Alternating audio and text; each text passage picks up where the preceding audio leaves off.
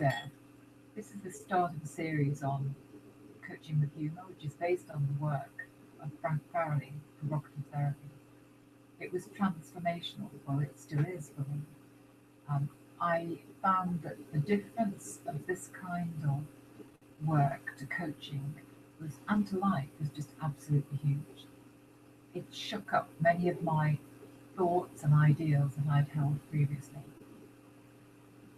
Some of the principles I'll share with you in this first short introduction, and then in some of the later series I'll be sharing some of the very specific elements, and possibly also some examples of me using those with some of my coachees.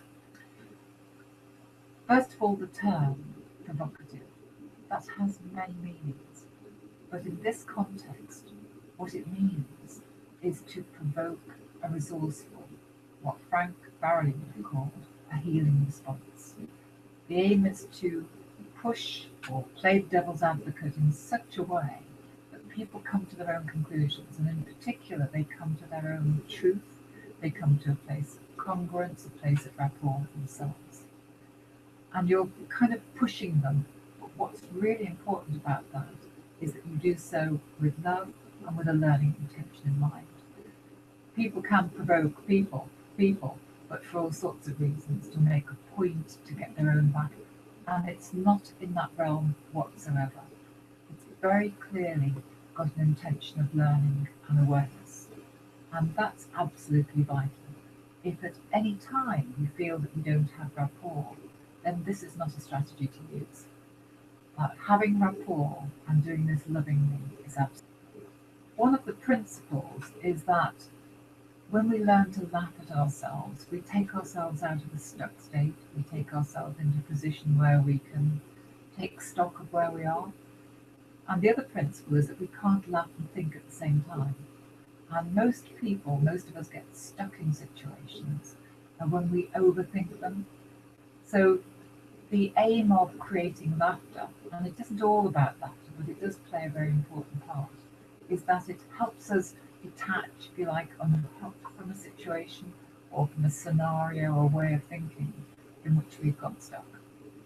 And if you think about that expression, to laugh at myself, to laugh at ourselves, we do have to have stepped outside to be able to do that. And that's one of the things that this way of being with people encourages. I'll just say a couple more things about it. And then, as I say, in some of the later sessions, I'll be sharing some of the elements. It's a way of being free. I find it's a very, very valuable strategy when I'm training.